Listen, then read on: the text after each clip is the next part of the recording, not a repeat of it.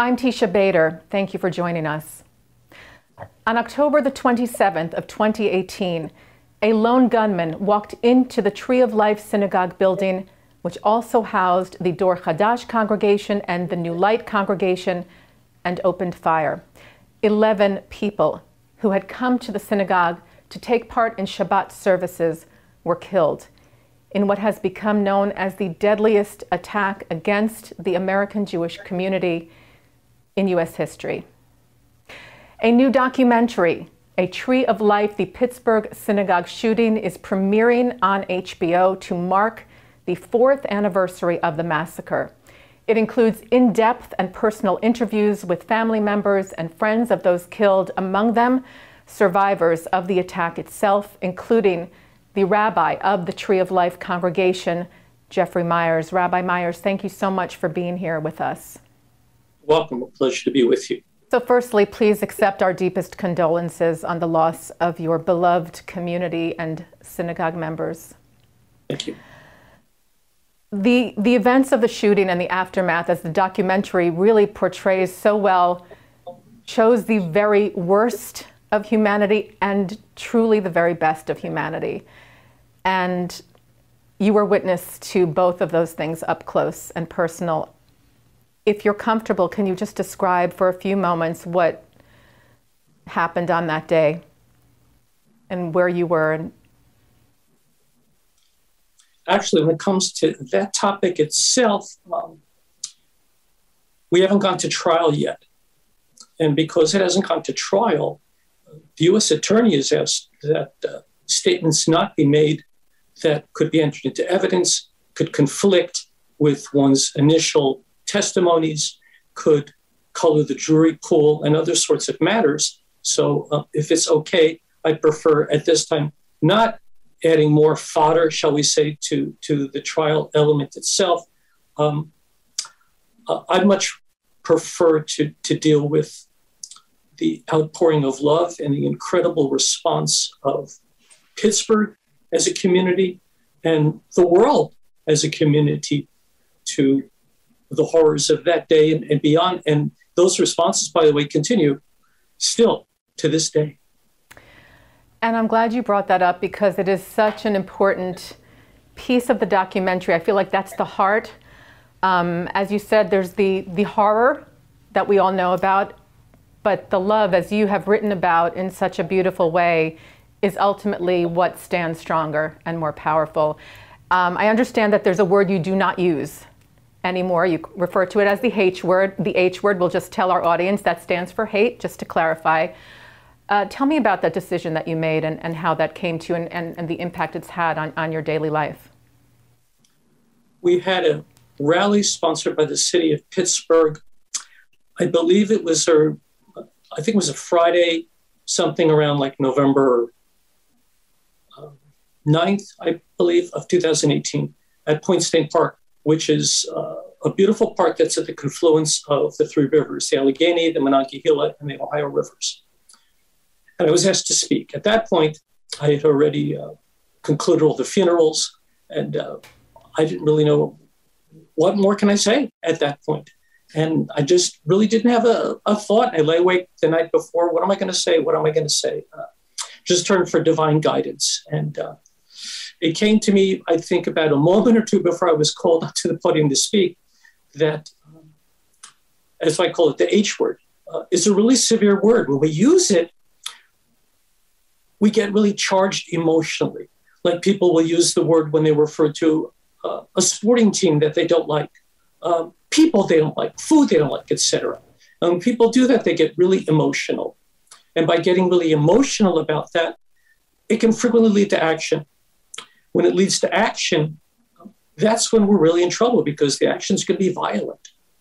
And I offered at that moment a pledge that I'm never going to use that word.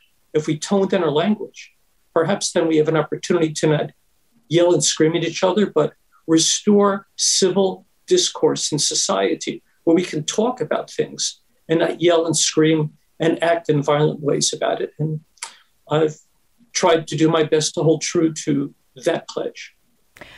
I'd love to speak a bit about that outpouring, specifically from other faith leaders of different faiths. One of the people featured in the documentary is Wasi Muhammad. He's former executive director of the Islamic Center of Pittsburgh. And I was so moved by, I'm just getting chills now talking about it, that he said that he knew where the funerals would be taking place. He picked up the phone and he just said, "We're covering it. I don't want anyone to get a bill,"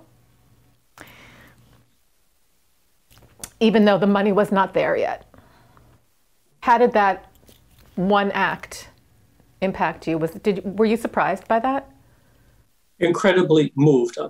What people don't know is that I was a newcomer to this city. I had only moved to Pittsburgh Teisha Bader of 2017. I was barely there a little more than a year. In that time, I didn't know a lot of the infrastructure of the city, the people carving out relationships. So the fact that a stranger I may not yet met stepped forward in such a powerful way and guaranteed that your funerals will be covered. If you're afraid to go to worship, we will stand guard for you. If you need food, whatever you need will be there. And the fact that it came from the Muslim community, because people around the world think that Jews and Muslims cannot get along no matter where they are. Pittsburgh showed the rest of the world Jews and Muslims in Pittsburgh live in peace and work together with each other. It started dating back to, from what I'm told, 9/11, where the Jewish community reached out to the Muslim community to help keep them safe. And it continued as we paid it forward at the horrific massacre of 56 or 57 beautiful souls in Christchurch, in 2 mosques, that we then showed up there and said, "What security do you need to bring food?" We attended Juma service Friday afternoon. I brought a bunch of congregants to just comfort the Muslim community. So there's a real closeness between our communities. And I think that just speaks to the world saying, look what is possible when good people can work together, put aside differences, and let their humanity shine forth. So what a stirring example to the rest of the world of what is indeed possible. And you talk about that. That is what fuels you being able to maintain your hope and your faith going forward, especially in light of tragically seen mass shootings at the rate that we have seen them in the United States since that fateful day in Pittsburgh. That the goodness you wrote reassures me that there is much goodness out there, and that is why I have hope. Talk about that hope, if you can. In the days, weeks, months, and now years following the massacre in my congregation in the building, strangers from all walks of life around the world sent emails, letters, cards, expressing outrage, expressing questions that there are no answers to because you sometimes can't answer the unanswerable, expressing love and just being a presence to offer comfort.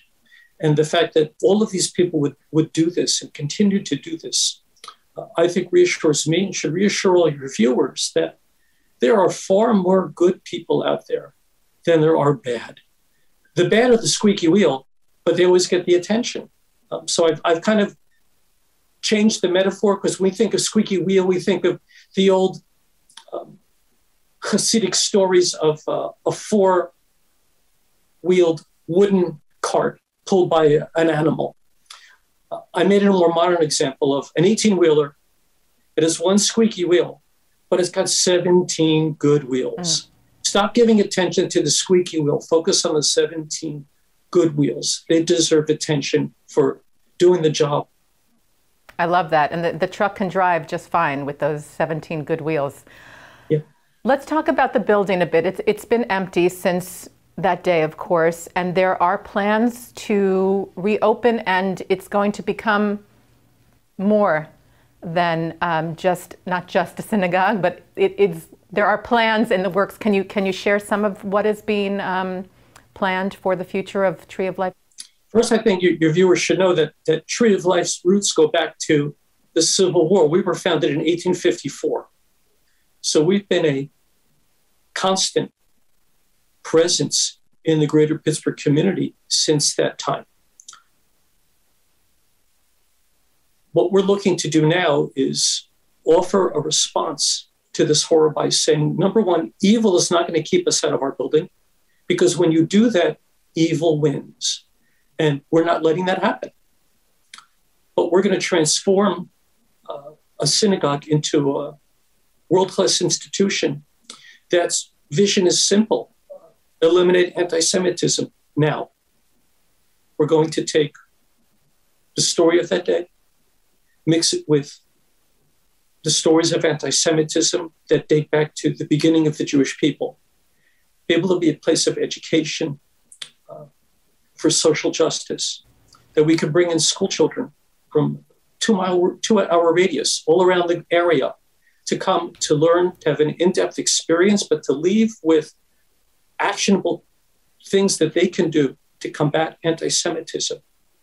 So the Tree of Life as a synagogue will continue to exist in perpetuity in the new institution. We will continue to do all of the good things that synagogues continue to do, but the building is going to be far much more than that. And there will also, of course, be a memorial section for those lost. Yes, one of the groups that was formed is called the Memorial Working Group, and they're tasked with creating the memorial. It's comprised of all of the victims' families and representatives from the 3 congregations, and they've been doing a lot of really hard work to talk all this through. But yes, on the site, there will be a memorial. And is Daniel Libeskind, the architect who designed the 9/11 memorial, is he involved in the design? He's involved with, of course, the creation of the entire new complex. And he's also working with the Memorial Working Group on a potential design as well, yes. How have you been on a personal level? I know you stand as a leader of a community, and you have done so with such grace and such strength. I just want you to know that the example that you have shown the world in the face of this horror is just startling and so moving. But you're also a human being. How are you doing 4 years later at this juncture? Well, first of all, thank you for your really kind words. It was so nice of you to say that. So how am I doing 4 years later? The word that I generally use, and I just wrote a piece about this for our local Jewish newspaper, is that I observe that I'm healing. I don't know if I'll ever be fully healed. I would be delighted one day to say, yes, I'm totally healed. But I don't see that. I see that there's a scabs that's formed on top of that scar. And sometimes there are things that happen that just rip it right off of you. I become more sensitive to mass shootings. It may surprise your viewers, or maybe not, that as of the end of September, there were 600 mass shootings in the United States. So we literally have something in the neighborhood of, 12 or so every week? Unconscionable. But if we become immune to that with some sort of national narcotic of just ignoring news, then what are we as human beings? But on the other side, if you pay attention solely to mass shootings day after day, that's just not healthy. But sometimes are ones that just resonate and impact me and can even re-traumatize me. And you try to learn how to cope with those really challenging moments with tools in your toolbox that you never knew you had. Sometimes those tools work, hopefully most times. Once in a while, they just don't work. And it just takes time to process it through the day and to recognize the importance of self-care. Because if you can't take care of yourself, you can't help anybody else. And so when I recognize, this is not a good time right now, whatever that may be, step back from all that I'm doing and just focus on just good self-care. And that sometimes it's just what happens. And you come to recognize you can't always control that. That's what it means to be humans, to accept that there are things that can impact you powerfully. Absolutely, and I think your humanity is what makes you a wonderful rabbi and a wonderful leader, and thank you for sharing a piece of that with us, and just know that our hearts are with you. Thank you. Rabbi Jeffrey Myers, thank you so much for joining us here today. It's been an honor. Thank you. Pleasure to be with you. Well, as we mentioned, the documentary premiering on HBO about the events of that fateful day and the aftermath. We have co-producer, co-writer, and editor Eric Schuman with us, who is also a former congregant at Tree of Life. Eric, thank you so much for being here. Thank you for having me.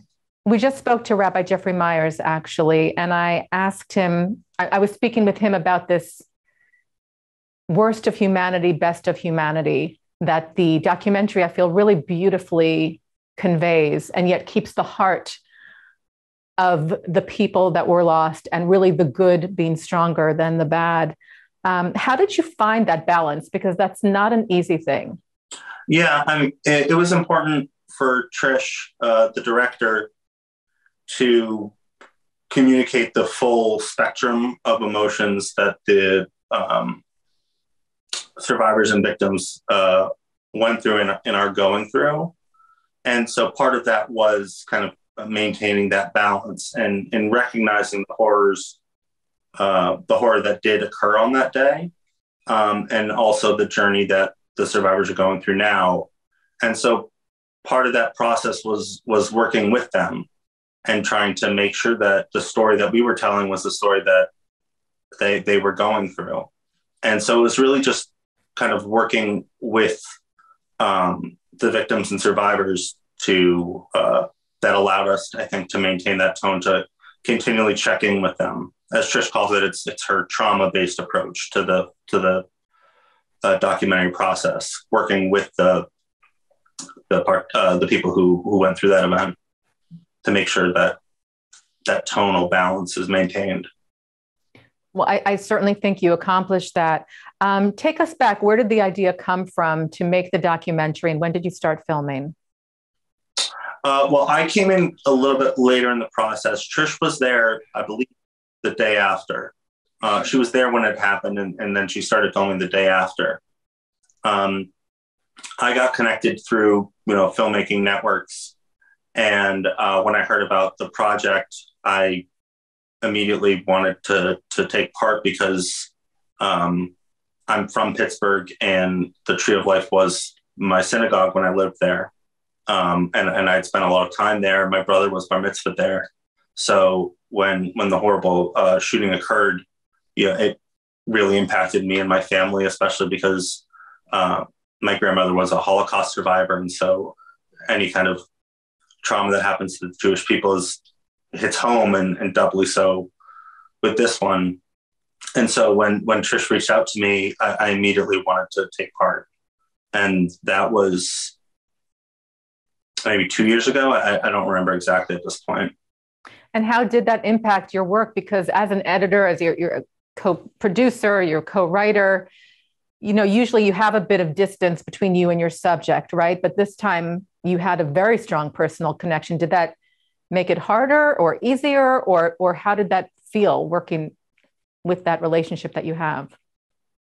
I think that it made it harder when you're watching some of the footage and watching some of the interviews and hearing, eyewitness, people who were in the synagogue when it happened, kind of talking about hearing the shooter and knowing physically where they are, not from any footage, but from myself being there as well, not in the past. However, I think that it helped to be angry about what happened. And that anger came from a personal place. And it, I think, allowed us to touch on some subjects that maybe wouldn't have been touched on in a more objective version of the events, to talk about the history of anti-Semitism, and to bring in America and abroad, and to bring that into the project. I think that comes from our own personal experiences.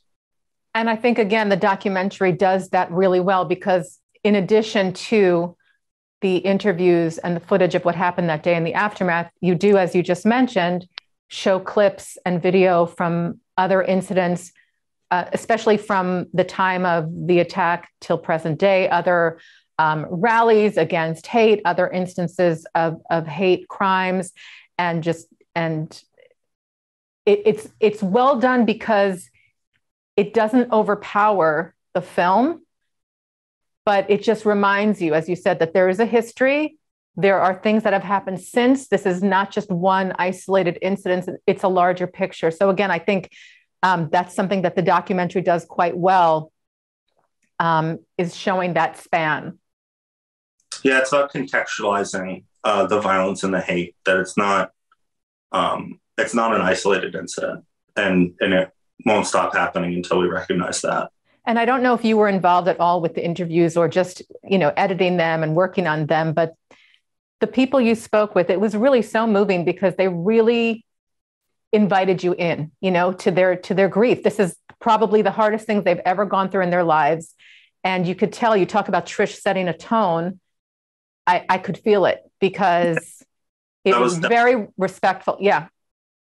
That was all Trish's approach to the documentary, and I applaud her for that. She really came into the project with a lot of empathy, and her whole approach was colored by that in a very positive way, I think. What would you like people to leave with after they see this? What's the best case scenario you would want someone to get up from the theater or from their couch and feel and be impacted? I think that, I think it's about supporting everyone who is experiencing hate in the world, and being a voice against that, whether or not it's anti-Semitism, because the horrible shooting was just one of so many that our country has had and that the world has had, and it's all coming from a place of white supremacy and real hatred against anybody who doesn't look like the conventional, white man. And I think that placing anti-Semitism within that spectrum is important, and hopefully the film does that, and it asks Jews to join in with that whole movement that's happening right now. We're actually going to play a clip from the trailer that we'd like to show you now. It was a rainy morning. We all went down into our sanctuary space. I turned around, and there was the man with the gun. Shots fired, shots fired. They have an active shooter in the building. We got a text that just said active shooter at Tree of Life Synagogue. Several persons barricaded inside. Jerry and I looked at each other. Jerry's a doctor, I'm a nurse, and thought that somehow we could be helpful. So we moved in the direction of the gunfire.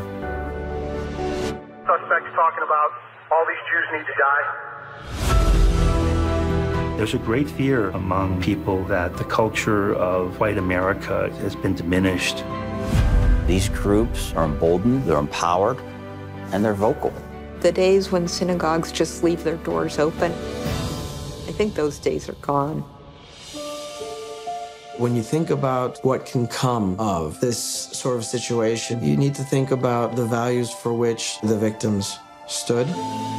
Rest your head. Whether Jewish or Catholic or Muslim, everybody seemed touched because this could happen to them.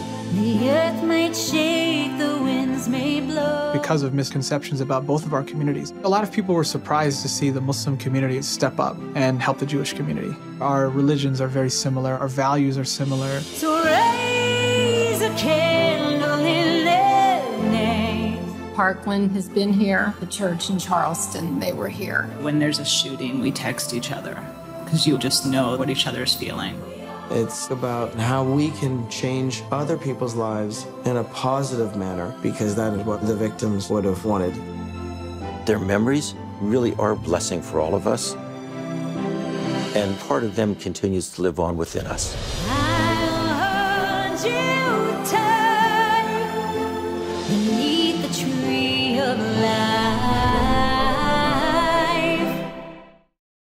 And that familiar singing voice you hear intermittently during the trailer is Idina Menzel with a song she co-wrote, which plays at the very end of the film, where she actually, and Eric, this took me by surprise. I mean, the song is beautiful.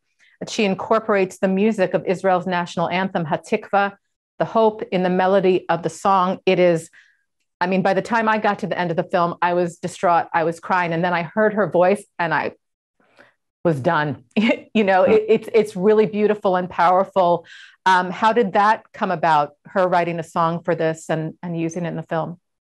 You know, that's all Trish and her wonderful connections. And so I can't really speak to that personally, but I know that Trish wanted to involve as many